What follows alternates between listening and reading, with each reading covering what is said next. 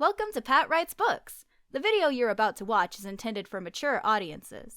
It will likely contain an abundance of cursing, adult discussions, and worst of all, personal opinions. So chill out, grab a snack, and enjoy the show. Take it away, Sensei. How's it going, everyone? It's Pat, your friendly internet wordsmith, and today we are going to be diving into the art of world building. Also, rumor has it I'm going to be hosting a contest giveaway here on the channel with the awesome prize, so you might want to stick around to the end of the video. So, world building is an incredibly challenging task. When done properly, authors create magical, fantastic worlds for their readers to get lost in. However, when executed poorly, it's more like being subjected to a shitty house party and you're really trying to see the bright side of things because, you know, your friend brought you there. But yeah, although they swore it was going to be lit as fuck, it's just not jumping. And if that comparison didn't make any sense to you, you may be an introvert or something along that lines, because me personally, I've totally been to like at least 1,000 house parties in my lifetime. Anywho, let's go ahead and get into the video with just what I mean by the term world building. World building is the act of building the world within your story. I know, shocking, right? Now, this encompasses a lot of things. It's not just different cities and locations.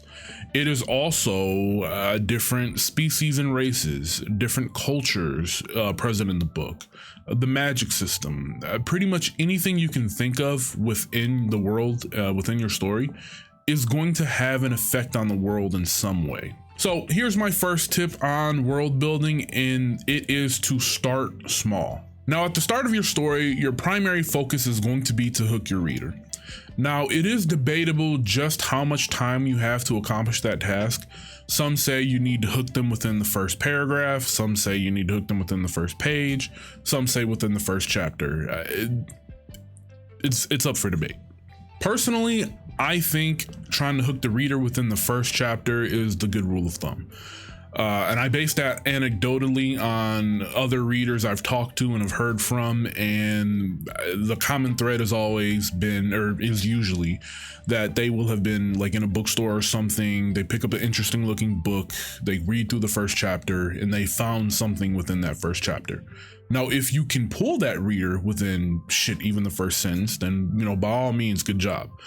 But I think as a good rule of thumb, trying to land that hook within the first chapter, you should be good. At any rate, you're trying to entice the reader as soon as possible. That's the goal.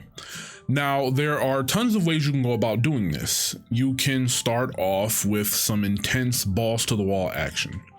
You can start off introducing the MC and just right to the punch, lay down the life and death stakes. Or you can world build as it relates to this video. There are literally no shortage of ways to try to kick off the story and land that hook.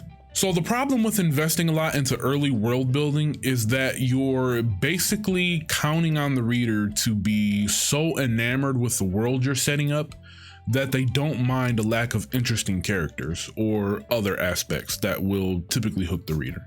Now, I'm not gonna lie, this will work for some readers. However, the most effective way by and far to hook a reader is to get them invested in the main character. And the best way to do that is to get your reader to sympathize with the main character or relate to them in some way. It's good to always remember that you can always world build later on in the book. However, you have a very crucial limited window to land a hook into the reader and get them to continue on with the story. So you got to use that time wisely. Tip number 2, avoid info dumps at all costs. Seriously, there are very few instances in which info dumping is okay. Sometimes it just needs to be done. However, world building is not one of those times. If your MC has just entered a new city for the first time and everything's new and glamorous, you should not be spending paragraphs upon paragraphs detailing the hyper advanced, intricate way the sewer system works. And I know what you're thinking. This information is critically important. Your reader needs to know this. If they don't, they're going to be hopelessly lost and they're going to stop reading. But trust me, it's complete bullshit. It's not true. The only person that ever needs to know every detail of your world is you. The reader only needs to know what is relevant at the moment, nothing more, nothing less. If we take this hypothetical sewer system, if it's going to be a major plot point later on in the book, then by all means, bring it up organically and, go into detail about it. However, you want to stick with the details that will describe the immediate scenery for the reader, and also details that are going to foreshadow that later event. Tip number 3, you need to remember that everything within your world is connected. As I mentioned before in my previous video on magic systems, which is totally awesome, by the way, and you should definitely check it out if you haven't already, there are several things that are going to affect your world in a drastic way. For example, the magic system, the presence of gods, the technological advances or the lack thereof, different races and species, the list goes on. There are tons of things that are just going to change the way the world shapes. More importantly, these different aspects of your world are going to intersect with each other.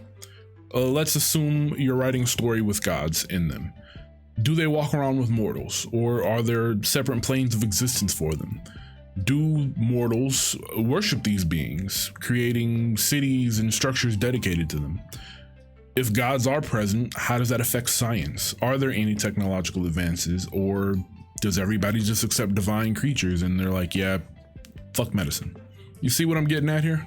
Tip number 4, remember that your MC is a tool in which to build the world. Assuming that you're writing, say, a third-person limited narrative, your main character is going to first view the world, and then your reader gets that information.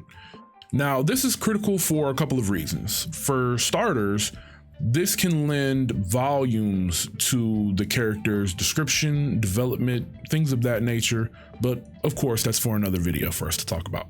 As it pertains to world building, if your main character is, say, young or experiencing a new world for the first time, or I don't know, whatever your premise is, it's going to be a lot more natural and easier to divulge new information about the world to that main character, because they're experiencing the world for the first time.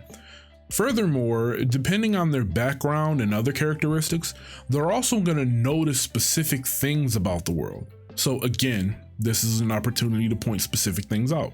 And my final tip, you need to take your time when it comes to world building. Pacing is a major aspect of any work of fiction.